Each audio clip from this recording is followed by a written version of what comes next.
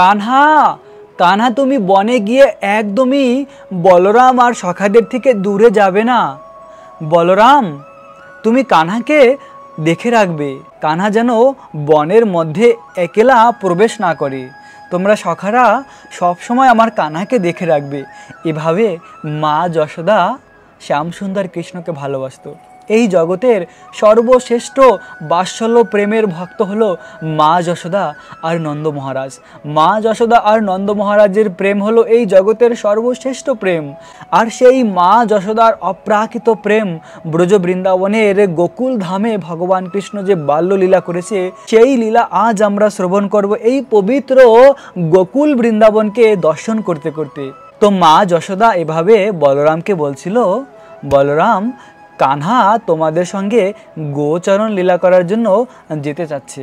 তো কানহা তো খুব ছোট, কানহাকে আমি যেতে দেব না। তখন বলরাম আর সখারা মা যশোদাকে এভাবে অনুপ্রাণিত করছিল যে মা যশোদা আমরা কানহাকে খুব ভালো করে দেখভাল করব। তখন মা যশোদা বলল, কিভাবে দেখবে আমার কানহাকে বলো তো? তখন বলরাম বলছিল, মা যশোদা যখন কৃষ্ণ বৃন্দাবনের অরণ্যে যাবে তখন ব্রজ বৃন্দাবনের সেই রাস্তায় অনেক কাঁটা এবং পাথরের টুকরা থাকে। তো আমরা কি করব, আগে আগে চলে এবং গাভীরা আগে আগে চলে সেই পাথরের টুকরা আর কাঁটাকে আমরা বৃন্দাবনের রাস্তা থেকে সরিয়ে দেব, যেন কৃষ্ণের পায়ে কোনো ব্যথা না লাগে। এভাবে আমরা কৃষ্ণকে দেখে রাখব। এবং মা যশোদা কৃষ্ণ যখন বৃন্দাবনের অরণ্যে প্রবেশ করবে তখন আমরা সখারা মিলে প্রতি 1 ঘন্টার মধ্যে কৃষ্ণকে কিছু না কিছু খাওয়াবো। আমরা ঘর থেকে যা কিছু নিয়ে যাব সেটা কৃষ্ণকে দেব। এভাবে কৃষ্ণের কোনো কষ্ট হতে দেব না। তখন মা যশোদা বলল, আর কিভাবে আমার কানহার সেবা করবে তোমরা? তখন বলরাম বলল, মা যশোদা আমরা কানহাকে বৃন্দাবনের অরণ্যে যে গাছ রয়েছে সেই গাছে অনেক রকমের ফল হয়, সেই ফলের গাছে আমরা কৃষ্ণকে উঠতে দেব না। আর কৃষ্ণকে বৃন্দাবনের অরণ্যের ফল আমরা খেতে দেব না। মা যশোদা বলল, কেন কেন ফল কেন আমার কানহাকে দেবে না তোমরা?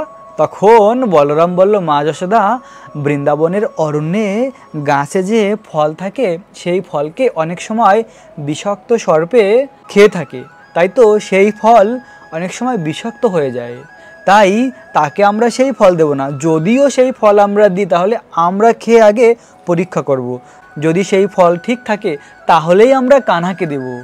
এভাবে আমরা কানহার দেখভাল করব। তো মা যশোদা এভাবে বলরামের কথা শুনে খুব প্রসন্ন হয়েছিল যে আমার কানহাকে কত ভালোবাসে। তখন বলরাম বলল, মা যশোদা আমরা বৃন্দাবনের অরণ্যে যে গাছ রয়েছে সেই গাছে কানহাকে উঠতে দেব না। কানহা গাছে উঠতে পারে কিন্তু নামতে পারে না, কিন্তু যদি কানহা কখনো ভুল করে গাছে উঠেও যায় আমি গিয়ে কানহাকে গাছ থেকে নিচে নিয়ে আসবো। এভাবে কানহার সেবা করব। তো কানহাইয়া শ্যামসুন্দর কৃষ্ণ এই ভূমিতেই তার বাল্যলীলা করেছে। এই সেই 5000 বছর পুরানো নন্দভবন, নন্দের নন্দন যশোদানন্দন শ্রীকৃষ্ণ এই বাড়িতেই ছিলেন। এই বাড়িতে 84টি খাম্বা রয়েছে, যে 84 খাম্বার এই মন্দিরটি অতি প্রসিদ্ধ। ভগবান কৃষ্ণ এই বাড়িতে থেকেই অনেক অনেক মধুর লীলা করেছে। ব্রজবাসীদের ঘরে ঘরে গিয়ে ননি মাখন চুরি করে খেত। মা যশোদা কৃষ্ণকে বারণ করত যে অন্যের ঘরে গিয়ে তুমি ননি মাখন চুরি করবে না। ভগবান কৃষ্ণকে যারা ভালোবাসে তাদের ভালোবাসার প্রতিদান ভগবান দিয়ে থাকে। আসলে এই ব্রজ গোপিকারা যদিও কখনো কখনো মা যশোদার কাছে গিয়ে অভিযোগ করত যে তোমার কানহা আমাদের ঘরে ননি মাখন খেয়েছে, কিন্তু তারা মা যশোদার কাছে এসে অভিযোগ করত এই কারণেই এক পলক কৃষ্ণকে দর্শন করার জন্য। কোনো না কোনো অজুহাত নিয়ে তো আসতে হবে না, তাই তো তারা এরকম অজুহাত নিয়ে আসতো, এসে একবার শ্যামসুন্দরকে দর্শন করে যেত। আসলে এই যে ব্রজবাসী ব্রজ গোপিকারা এরা হলো সর্বশ্রেষ্ঠ ভক্ত, গোলক বৃন্দাবন থেকে এসেছে কৃষ্ণের এই লীলার জন্য। তো তারা ননি মাখন বানাতো ঘরে, আর বানিয়ে শুধু প্রার্থনা করতো যে কানহা কখন এসে এই ননি মাখন খাবে। তাই তো ভগবান তো ভক্তবৎসল, ভক্তের ডাকে ভগবান সাড়া দিয়ে থাকে। তাই ভগবান বিভিন্ন ব্রজবাসীদের ঘরে ঘরে গিয়ে ননি মাখন চুরি করে খেত। আর ভগবান কৃষ্ণ ব্রজবাসীদের ঘরে গিয়ে যে চুরি করে ননি মাখন খেত, তার মাধ্যমে কৃষ্ণ আরও বেশি আনন্দ লাভ করত। আসলে ভগবান কৃষ্ণের মন্দিরে যে বিধি অনুযায়ী ভগবানের সেবা হয়, তার মাধ্যমে ভগবান অতটা প্রীতি লাভ করে না যতটা প্রীতি ভগবান ব্রজবাসীদের ঘরে গিয়ে চুরি করে খাওয়ার মাধ্যমে লাভ করে থাকে। তাই তো এভাবে ব্রজবাসীদের ঘরে গিয়ে ভগবান ননি মাখন চুরি করে খেত আর তাদের মনের ইচ্ছাকে কৃষ্ণ পূর্ণ করত। তো মা যশোদা এভাবে বলরামের কথা শুনে শান্তি লাভ করেছে যে না, এভাবে বলরাম আর সখারা আমার কানহার সেবা করবে, তখন আমার আর কোনো কানহার জন্য চিন্তা নাই। তো মা যশোদা প্রতিদিন কৃষ্ণকে খুব সুন্দর মাথায় পাগড়ি বানিয়ে, মাথায় ময়ূর পাঙ্খ এবং ভগবান কৃষ্ণকে পীত বসন পরিয়ে বৃন্দাবনের বনে পাঠাতো গোচরণ লীলার জন্য। তো এভাবে খুব সুন্দর ভগবানকে সাজাতো মা যশোদা প্রতিদিন সকালে। আর যখন বৃন্দাবনের বনে যেত, তখন সখারা সেগুলিকে খুলে আবার নতুন করে সখারা সাজাতো। খুব সুন্দর সখ্য রসে সখারা কৃষ্ণকে সাজাতো বৃন্দাবনের অরণ্যে। এভাবে ভগবান কৃষ্ণের সব থেকে মধুর লীলা এই ব্রজ বৃন্দাবনের লীলা। তাই তো আমরাও যদি ভগবান কৃষ্ণের ভক্তি করি, ভগবানের নাম জপ করি, তাহলে এই দুর্লভ মনুষ্য জন্ম সার্থক হবে। আসলে এই কলিযুগে ভগবানকে প্রসন্ন করা যায় ভগবানের এই নাম জপ করার মাধ্যমে। হরে কৃষ্ণ কৃষ্ণ কৃষ্ণ হরে হরে, হরে রাম রাম রাম হরে হরে, এই মন্ত্র জপ করলে ভগবানকে প্রসন্ন করা যায়। ভগবানকে ভালোবাসার মাধ্যমে এই দেহর অন্তিমে আমরা ভগবানের এই নিত্যধাম প্রাপ্ত হতে পারি, যেখানে কৃষ্ণ এই মধুর লীলা করে। আর ভগবান কৃষ্ণ এই মধুর লীলা করেছে যেন আমরা এই লীলাকে শ্রবণ করে এই জড়জগতের বন্ধন থেকে মুক্তি লাভ করতে পারি। পরীক্ষিত মহারাজ এভাবে ভগবানের এই অপ্রাকৃত কথামৃত শ্রবণ করে মৃত্যুকে জয় করেছিল, ভগবানের ধাম প্রাপ্ত হয়েছিল। তাই আমাদের ভগবানের প্রতি ভালোবাসা বৃদ্ধি কখন হতে পারে? আমাদের কৃষ্ণের প্রতি ভালোবাসা বৃদ্ধি তখনই হবে যখন আমরা কৃষ্ণের এই অপ্রাকৃত ব্রজলীলাকে শ্রবণ করব। প্রিয় ভক্ত, এভাবে মা যশোদার অনন্য এই বাৎসল্য প্রেমের কাছে ভগবান কৃষ্ণ সম্পূর্ণরূপে বিক্রি হয়ে যায়। একবার তো মা যশোদা কৃষ্ণকে বেঁধে রেখেছিল। গোকুল ধামের এই বাড়িতেই একবার মা যশোদা একটি ঘরে অনেক ননি মাখন বানিয়ে রেখেছিল। আর কৃষ্ণ একবার অনেক রাগ করে সেই ননি মাখনের হাড়ি ভেঙে দিয়েছিল আর সমস্ত ননি মাখন বাঁদরদের খাইয়ে দিয়েছিল। আর তখন মা যশোদা রাগ করেছিল, রাগ করে কৃষ্ণকে বেঁধে রেখেছিল। ভেবে দেখুন যে ভগবান অখিল ব্রহ্মাণ্ডের মালিক ব্রহ্মা শিব, যার আরাধনা করে 33 কোটি ডেমিগড যে ভগবান কৃষ্ণের আরাধনা করে, সেই ভগবান কৃষ্ণকে মা যশোদা বেঁধে রেখেছিল এই স্থানে। এই সেই 5000 বছর পুরানো উদুখল, এই স্থানেই মা যশোদা ভগবান কৃষ্ণকে বেঁধে রেখেছিল। আর আজও সেই স্থান রয়েছে। মা যশোদা এভাবে ভগবান কৃষ্ণকে এই স্থানে বেঁধে রেখেছিল। এই সেই দুর্লভ স্থান বৃন্দাবনের। এবং কৃষ্ণ প্রতিদিন যেমন সকাল হলেই বৃন্দাবনের অরণ্যে যেত, একদিন কৃষ্ণ বৃন্দাবনের এই ব্রহ্মাণ্ড ঘাটের এই স্থানে লীলা করছিল। এটি একটি বৃন্দাবনের অতি প্রসিদ্ধ স্থান, ব্রহ্মাণ্ড ঘাট। এই ব্রহ্মাণ্ড ঘাটে ভগবান কৃষ্ণ তার সখাদের নিয়ে লীলা করছিল। আর ওই দিন কৃষ্ণ ব্রহ্মাণ্ড ঘাটের মাটি খেয়ে নিয়েছিল।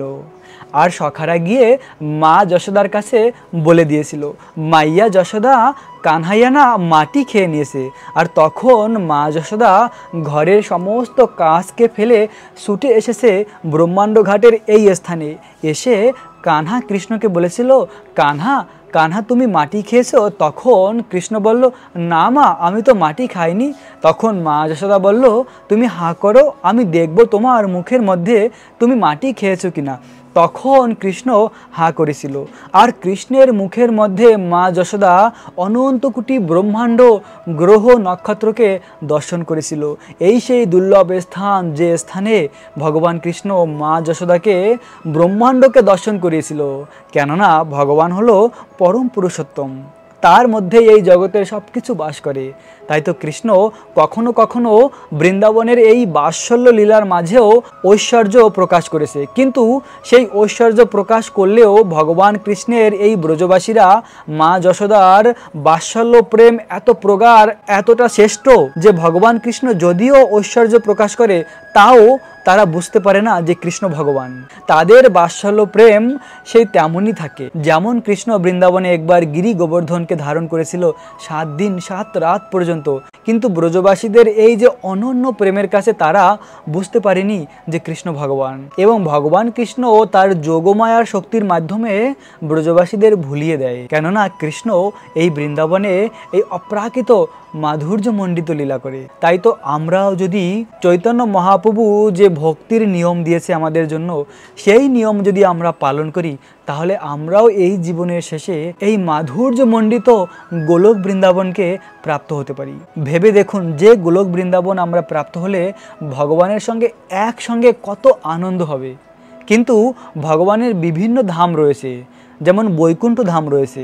সেই বৈকুণ্ঠে গেলে সেখানে ভগবানের সঙ্গে একসঙ্গে লীলা করার কোনো সুযোগ নেই। সেখানে ভগবান হলো প্রভু আর সবাই হলো তার দাস। সেখানে ভগবানের সম্পূর্ণ ঐশ্বর্য রয়েছে বৈকুণ্ঠ ধামে।